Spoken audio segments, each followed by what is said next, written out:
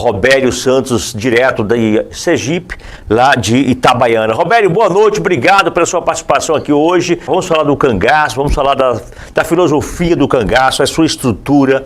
E quando a gente fala em cangaço, a gente muitas das vezes, Lampião e Maria Bonita. Eu queria, já que você pudesse já iniciar a nossa live de hoje com as suas considerações iniciais, para que a gente pudesse tirar muitas das dúvidas e um dos temas importantes envolvendo os mistérios também do cangaço, já que amanhã é aniversário e a gente vai falar sobre isso, a morte de Lampião. Boa noite.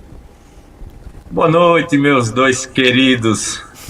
Estou muito feliz em estar com vocês aqui nessa noite maravilhosa. Robério, eu vendo você contando aí essas histórias, e sempre também tem algumas dos meus antepassados. Mas, primeiramente, eu quero que você me informe mais ou menos quantos soldados morreram em combate com o Lampião. É uma pergunta um tanto assim complexa, difícil de ser respondida, mas vamos pensar, principalmente por vocês estarem aí na Bahia, e aí eu vou contar alguns casos que a gente pode fazer uma contabilidade básica. Nós olhamos apenas a morte de soldados, foi sua pergunta, focada nos soldados, porque outros cangaceiros também foram mortos. Tem cangaceiro que foi morto por cangaceiro, tem civis que foram mortos, tem coronéis que foram mortos e tem soldados que foram mortos. Vamos focar apenas nos soldados. Por exemplo, na Bahia nós tivemos um caso em 1929, final de 1929, que foi o caso de Queimadas. A cidade de Queimadas, vocês conhecem, não é a cidade de Queimadas? Conheço, sei onde é que é. Pronto. Queimadas recebeu o bando de Lampião em 1929, e um dos casos mais trágicos da história do cangaço foi o assassinato de 7 volantes. Uhum. Eles estavam na cadeia, eles estavam lá no quartel, e o bando chegou, e o Lampião, com seus asseclas, foram juízes e carrascos lá na calçada, onde mandava sair um a um e eram atacados com um tiro na nuca. E em 27, 27, 28, 31, que eu consigo me lembrar até agora, 31 soldados mortos, mas aí você tem Mossoró não teve, eu estou falando das batalhas, né, das batalhas. Tem o Germiniano, que também foi na Bahia, nós temos aí 32, em Mossoró não tivemos morte, em Serrote Preto, não lembro quantos soldados morreram em Serrote Preto, mas assim, o pessoal pode ajudar. O pessoal pode ajudar aí. Eu acho que em média entre 40 a 50 soldados em batalha foram mortos, mas que foram mortos em alguma ocasião, uma ou outra, eu não tenho ideia. Pronto, como é o nome do lugar ali? Banzaê. Em Banzaê tivemos a morte, se não me engano, de 2. O Lampião chegou, depois da saída de Queimadas, eles acabaram passando em Banzaê, para ser mais exato, lá nos Índios, como é o nome ali? Mirandela. Teve o ataque do bando Lampião a Mirandela. Então, assim, se não me engano, 2 morreram lá. Mas, assim, é que você me pegou de surpresa. Mas é complicado fazer esse resumo, né? Porque foram muitas batalhas, né, Robério? Mas eu tenho assim uma ideia mais ou menos, que os meus antepassados falavam, que foi mais ou menos uns 74 a 75. Soldados mortos. Cangaceiro muito mais, com certeza. Né? O cangaceiro acho que foi quase todo mundo, ficou poucos. O Roberto, agora sobrou muito. Na grota sobreviveram 49 soldados, só morreu um. Só morreu o Adrião, né?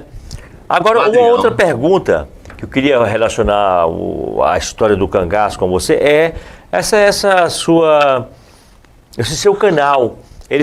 Eu vejo que você também traz outros temas além do cangaço, ou seja, uma diversificação de outros assuntos também, justamente uma estratégia para manter a pluralidade dos conteúdos? Então, eu acredito muito no poder da cultura, de modo geral. Por exemplo, meu canal é sobre cangaço, mas nada impede que eu faça um programa sobre Canudos, por exemplo. A história de Canudos é incrível.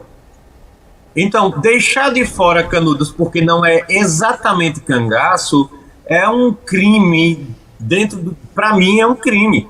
Outra, por exemplo, eu fui a Monte Santo, subi aquela serra. Você estava lá um dia desse, meu time? Foi. Monte Santo? 15 dias estava lá no monte. Filmei, vou lançar um vídeo aí. Rapaz, aquilo é espetacular. Então, eu estive agora em Santa Catarina gravando sobre a Guerra do Contestado, que parece muito com Canudos. Quer dizer, eu também fui na igreja, na Catedral da Sé. Desenrolam.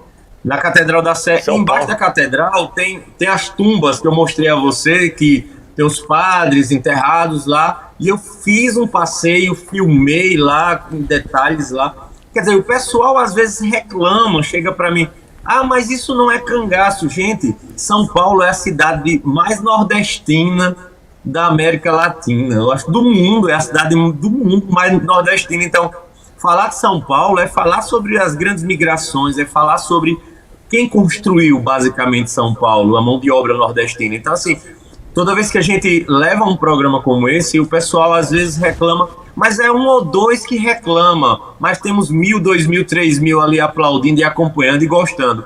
Por exemplo, quando a gente entra num ponto que vocês vão gostar dessa agora, nas lendas, as lendas dos mistérios e lendas do nosso Nordeste e do Sertão. Por exemplo, a mulher da capa preta em Maceió, lá no cemitério. Eu vi que você traz também esses temas, né? Você também traz esses temas de imaginário, desses mistérios de lendas, de histórias que existem por trás também do cangaço, né? Ele usa aquele usuário entre as histórias do cangaço com outras histórias com o mundo sobrenatural. Com o mundo sobrenatural. Por quê? Porque, por exemplo, o próprio cangaceiro, quando ele quando ele rezava e fechava o corpo, quando ele encontrava com algum benzedor nas estradas com a cobra, que ele levava as cobras, que vocês devem ter, vocês têm conhecimento disso. Eu tenho esse conhecimento, sim.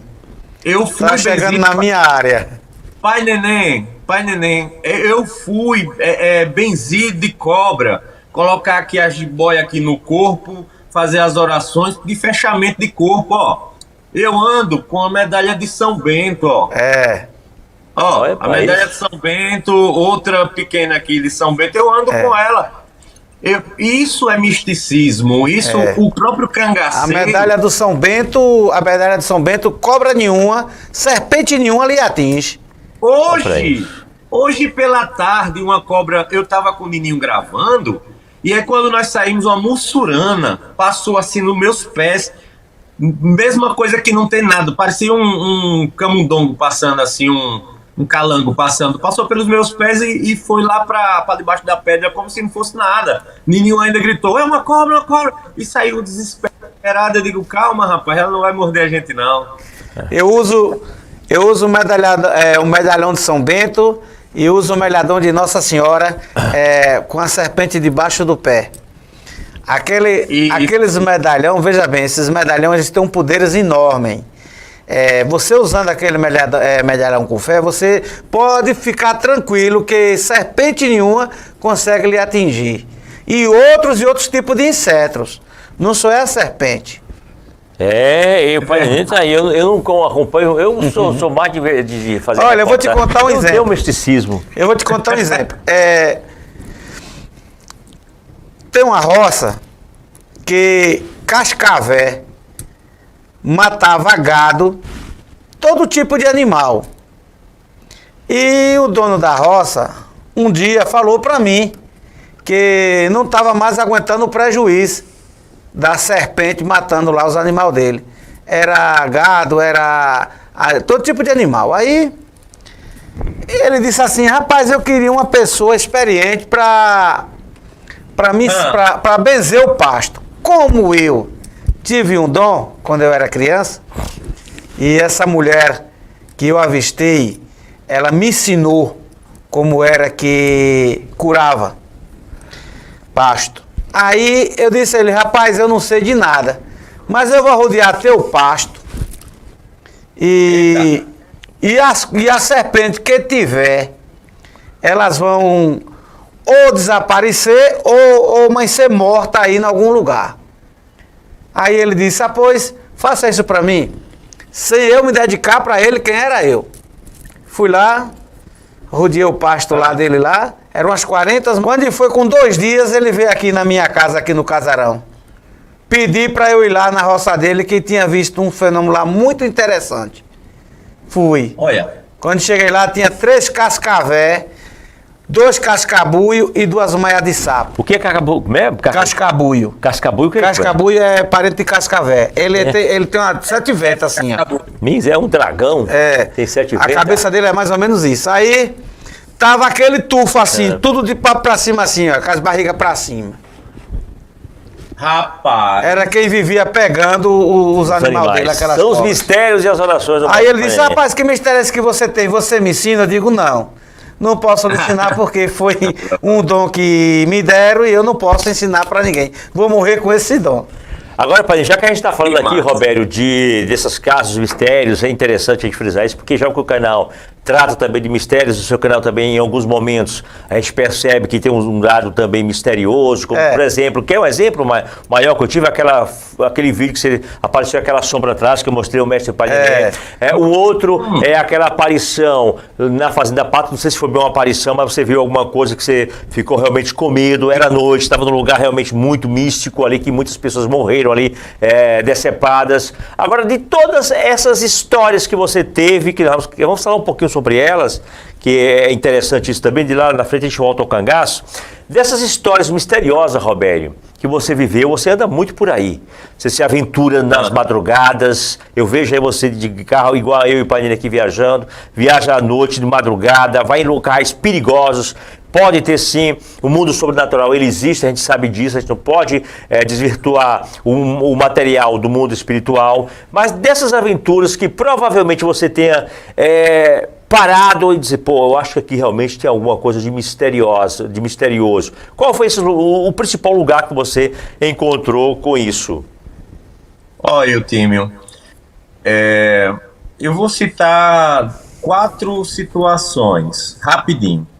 A primeira, já que você falou aí, na Fazenda Patos, foram 2 ocasiões. Uma, depois que foi gravado, depois que estava no canal, os seguidores que perceberam que numa falha que tinha no quarto, passa alguém ou alguma coisa sobrenatural.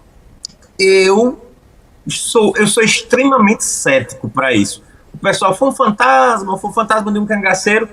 Eu, a princípio, realmente, eu não tenho uma explicação, mas o pessoal pode ir lá no canal, A Vingança de Corisco, vingança entre aspas, porque Corisco nunca se vingou realmente, né, de Lampião. Então, assim, na hora que passa aquele vulto lá, o pessoal disse que era um fantasma. E eu acho, e achei até então, que era podemos dizer assim, uma pessoa realmente que estava lá seguindo a gente e passou para lá e para cá. Nós voltamos à Fazenda à noite. Quando nós terminamos de gravar, eu já não estava me sentindo muito bem, eu resolvi entrar na casa à noite. Quando eu chego no lado, quando eu chego no outro lado, quando eu chego no outro lado da casa, eu fiquei, posso dizer assim, me deu uma dor tão grande quando eu me deparei com uma pessoa. Eu, em momento algum, disse, tem um fantasma aqui. Eu disse, tem alguém na casa. E corri. Mas corri como se minha vida dependesse daquilo ali. E eu corri, passei mal. Não lembro da hora que eu corri até a hora que eu tomei consciência que eu estava sentado. Eu tive uma crise de pânico. E só quem sabe o que é crise de pânico sabe o que eu passei ali. E aí o que é que acontece? Para mim, assim, de todos os acontecimentos do canal, o que mais me causou medo foi ali. Mas a sua concepção, Robério, eu assisti esse vídeo, E eu quero, daqui a pouquinho, passar só um trecho, vou passar para o pessoal assistir, quem não assistiu.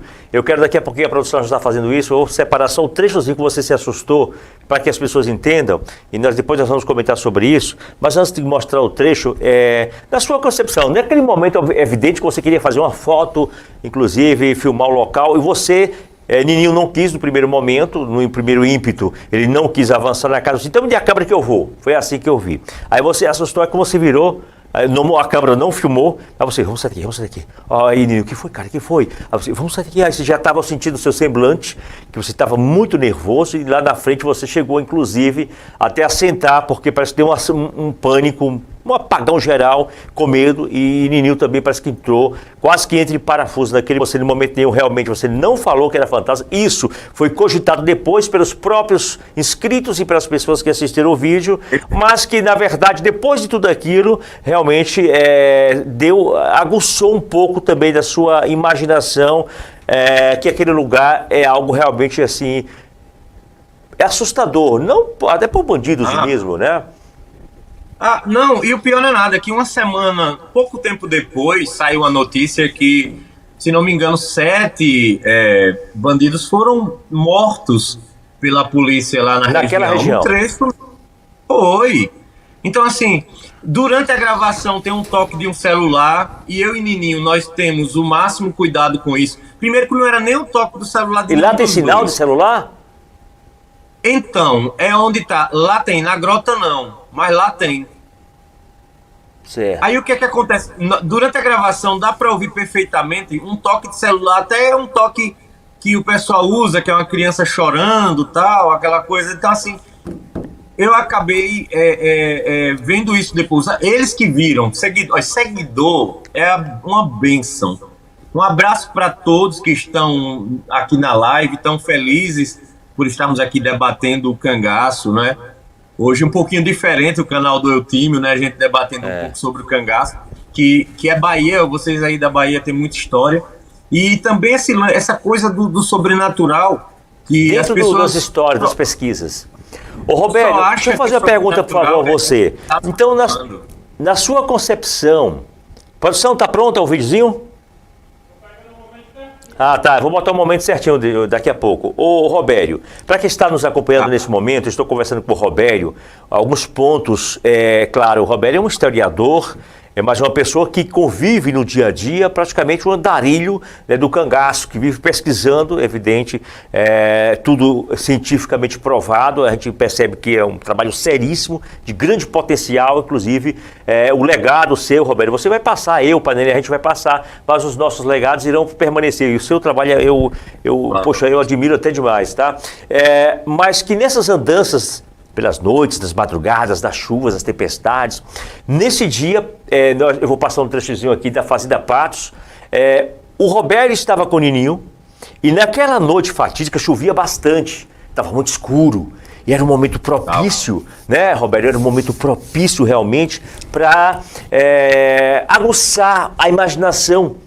Não digo que aquilo teve uma interferência direta com o seu pensamento, mas que aquele barulho, aquela conversa, talvez até bandidos, possivelmente seriam bandidos que estavam ali escondidos ali, e não sei, bom, poderia ser, mas que naquele momento realmente foi assustador e que deixou ali a turma, a equipe, que é o Nininho e o Robério, assustados. Eu vou passar para você agora o momento exato, depois o Robério acompanha comigo também, o momento exato...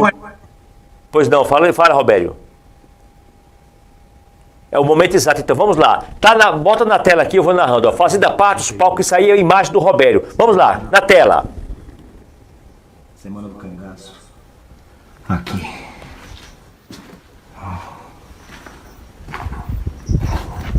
Vocês lembram? Foi aqui mais ou menos, onde no outro vídeo. É um clima muito estranho. Vamos embora. É ruim aí dentro do clima? Vamos embora. Vamos embora. É sério. Tinha uma pessoa dentro. Sério? Puta que pariu.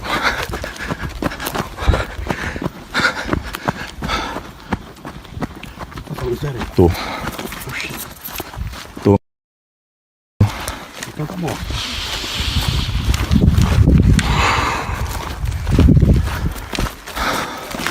Parece aqueles investigadores de caça-fantasma, né? Agora virou caça-fantasma nesse momento aí. Você tá falando sério, velho? Olha, Nininho assustado, ó.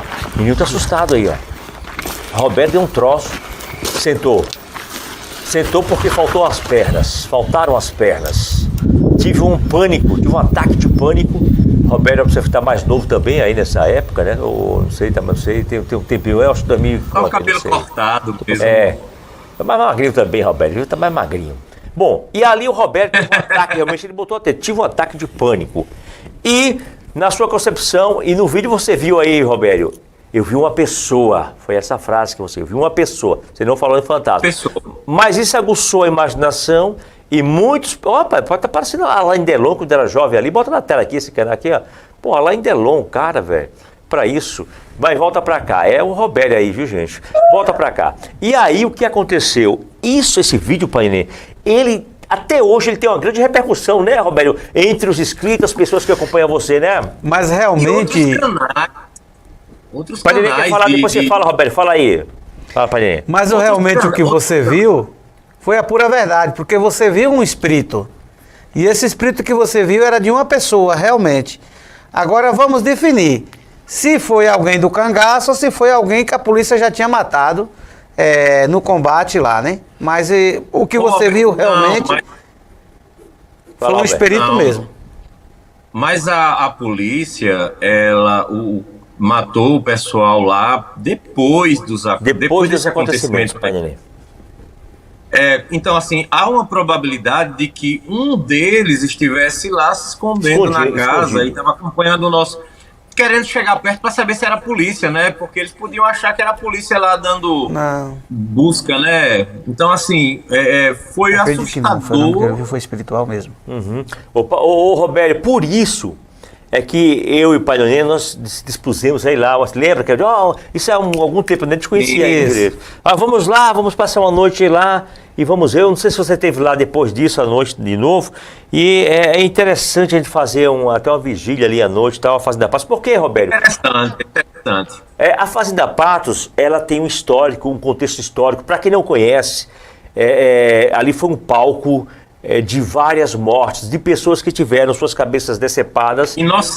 Pessoas inocentes, né? Que eram acusadas de traição, de acusar onde estava escondido o Lampião. Pelo menos, como foi que Corisco, talvez um dos maiores erros de Corisco, ter matado, você até falou isso, eu acho que perguntou alguma coisa desse tipo, o que levou a Corisco a acreditar que aquela família que morava na Fazenda Patos teria ali denunciado o Lampião à polícia e mostrado o local onde eles estavam escondidos, ô Robério? Ele foi envenenado, né?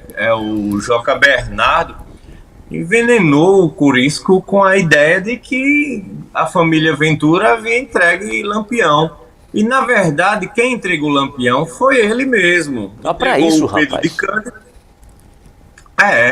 Entregou Pedro de Cândido, Pedro de Cândido entregou Lampião e Lampião morreu. Então, assim, chegar para o Corisco e dizer que foi aquela família que acabou entregando o Lampião, levou o Corisco aí, no início de agosto, a fazer aquilo, cortar 6 cabeças e mandar pegar sepulturas desses corpos? Não.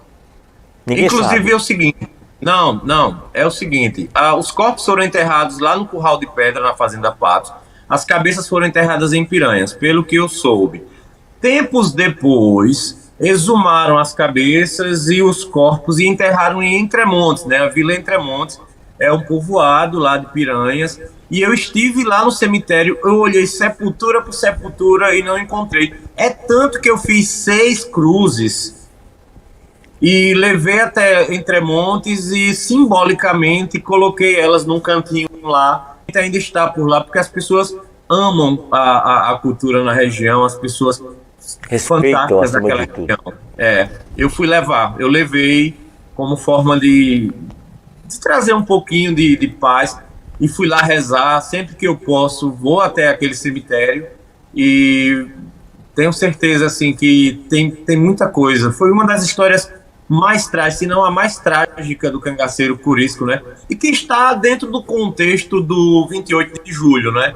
Isso aí seria uma consequência dos acontecimentos da Grota do Angico, né, da morte do Virgulino Ferreira da Silva, o Lampião. Mas falar em Lampião, nós falamos de uma vasta, extensa história que compõe toda a literatura do cangaço. Agora eu queria, antes da gente ir ao próximo assunto de mistério, eu queria entrar num tema também para Nenê e Roberto e todos que estão nos acompanhando. Existe uma concepção na divisão da história do cangaço do antes da morte do Lampião e do depois da morte do Lampião, Roberto? Rapaz, o Lampião é o fim do cangaço ali, Eutímio. O cangaço, ele começa Acabou-se ali. O seu declínio, né? Acho que com a morte do rei, ainda ficaram vários deles corridos, se escondendo há meses e meses, brigando entre si, alguns cangaceiros até ajudando a polícia a procurar seus colegas para se entregarem, porque sabia que se não fizessem isso, eles seriam mortos. Se a polícia pegasse sem a ajuda de um deles, eles seriam mortos. Sabia que o governo já estava anistiando eles. O que é anistiar? É poupar. A palavra anistia vem de amnésia, esquecimento, que é o fato de você esquecer os seus crimes. Então, muitos deles estavam sendo entregues e sendo anistiados, outros estavam sendo já cortados a cabeça. Teve cangaceiro que perdeu a cabeça depois que o Lampião morreu, tipo o cangaceiro Atividade, que foi morto pelo cangaceiro Barreira. O próprio amigo mesmo acabou cortando a cabeça dele e se entregando para a polícia com a cabeça do colega como salvo-conduto. Teve cangaceiro que morreu queimado, como o Juriti, que eu fiz o filme, né, que fiz o papel do Juriti. E eu te digo uma coisa, assim, é impressionante, Eutímio, como a história do cangaço ela é gigantesca. Então, quando o Lampião morre, o cangaço começa a entrar em declínio, porque o próprio cangaceiro não tinha nem para onde ir. Para onde era que ele iria? Se ele não tinha arma, se não tinha o nome dos coiteiros, ele não tinha dinheiro para ir. Então, eles acabaram se entregando. E o último grupo a estar na ativa foi o grupo do Ângelo Roque, que acabou se entregando, se não me engano, em 1º de maio, foi 1º de abril de 1940. E aí, pouco tempo depois, o bando de Corisco, que já não estava mais na ativa, estava fugindo já com roupa de civil, foi pego aí na Bahia mesmo. Tanto um grupo que se entregou, que foi em Paripiranga, aí pertinho de vocês. Paripiranga, o grupo de Ângelo Roque se entregou em Paripiranga, e o Corisco foi morto em Barra do Mendes, mas a sudoeste da Bahia, depois ali de Irecê, naquela região ali, e acabou sendo morto. Dadá foi presa, cortaram a perna de Dadá, que ela foi baleada na perna. A menina Zefinha, que estava com ele, foi recapturada, trouxeram de volta para a família, e o outro casal de cangaceiro fugiu, que é coisa. Obrigado, Daiane Bastos. 1º de abril, a entrega do bando de coisa, né, do Ângelo Roque. Robério, e o Lampião, ele é filho de onde mesmo? De Serra Talhada? Então, Lampião, ele é filho de Serra Talhada, no caso, dentro do território de Serra Talhada hoje, tanto que a gente coloca justamente esse ponto, né? Nós temos que olhar pela ótica, nesse caso presente, para poder situar as pessoas justamente onde se localiza cada um. Então, quando você sai de Serra Vermelha, no trecho ali de Serra Vermelha, nas proximidades, indo em direção à Serra Talhada, você vai encontrar justamente aquela região famosíssima onde Lampião morreu, ou desculpa, onde Lampião nasceu. São 2 lugares que também tem riacho, inclusive hoje ela foi reconstruída para receber esse turista lá na região. E os museus, tem 2 museus em Serra Talhada, que é o museu mesmo municipal, perto da igreja. Quero mandar um abraço para meu amigo Anildomar. E lá na estação de trem tem outro museu. Então, assim, é uma região incrível, histórica, principalmente porque a maior batalha de Lampião foi lá em Serra Talhada, coincidentemente, ao lado de Serra Talhada, que é uma serra chamada Serra Grande. Foi a maior batalha do bando de Lampião, foi lá em Serra Grande. Outra pergunta que eu queria fazer para você é em relação à Gruta, a Toca de Angico, onde praticamente ali o cangaço teve o seu ápice no declínio, né, com a morte dos cangaceiros, Sim. Maria Bonita e Lampião. Agora a pergunta para o lado místico, pai Nenê. Você acredita que ali, é claro, gente, um palco de tragédias e mortes, se tem espírito, se tem corpo, tem algo realmente além da imaginação nossa, um plano extra, né, físico, que é o mundo espiritual. A pergunta que eu faço a você é o seguinte: amanhã temos um aniversário da morte do Lampião, com seu bando, o soldado Adrião, Maria Bonita e mais outros cangaceiros. Amanhã é dia, talvez, lá de reunião de algumas pessoas curiosas que querem conhecer a gruta, como eu, por exemplo, se tivesse me lembrado, teria agendado essa viagem. Mas a pergunta é a seguinte: na sua concepção, que foi 51 vezes, que eu me lembro que você falou no início da nossa entrevista aqui, que você teve lá, você teve algum contato, alguma energia que pudesse te levar a pensar em algo não digo de visão sobrenatural, mas que te levasse a alguma forma a pensar de forma espiritual sobre aquilo que aconteceu ali? Então, por mais cético que eu seja com relação a aparições, discos voadores, eu não afirmo a inexistência desse lado místico, do lado espiritual. Muito pelo contrário, eu já tive grandes experiências, até com o próprio Nininho mesmo, experiências que eu não tenho nem como explicar, chegar para vocês assim, eu tenho como explicar o que eu senti, o que aconteceu. Eu não teria como. E para alguém explicar por mim, deveria estar dentro da minha cabeça ou sentir o que eu senti. E lá na Grota do Angico não é diferente. Só que a Grota do Angico, diferentemente do que as pessoas pensam, ela me traz uma paz muito grande. É um lugar que mais me traz paz quando eu chego. Quando eu sento numa pedra daquela, quando eu começo a imaginar todas as histórias, todo o sangue derramado ali, tantas outras batalhas como Maranduba, por exemplo, foram tanto sangue derramado ali, e eu fico vendo aquilo ali tudo e acabo me sentindo muito bem.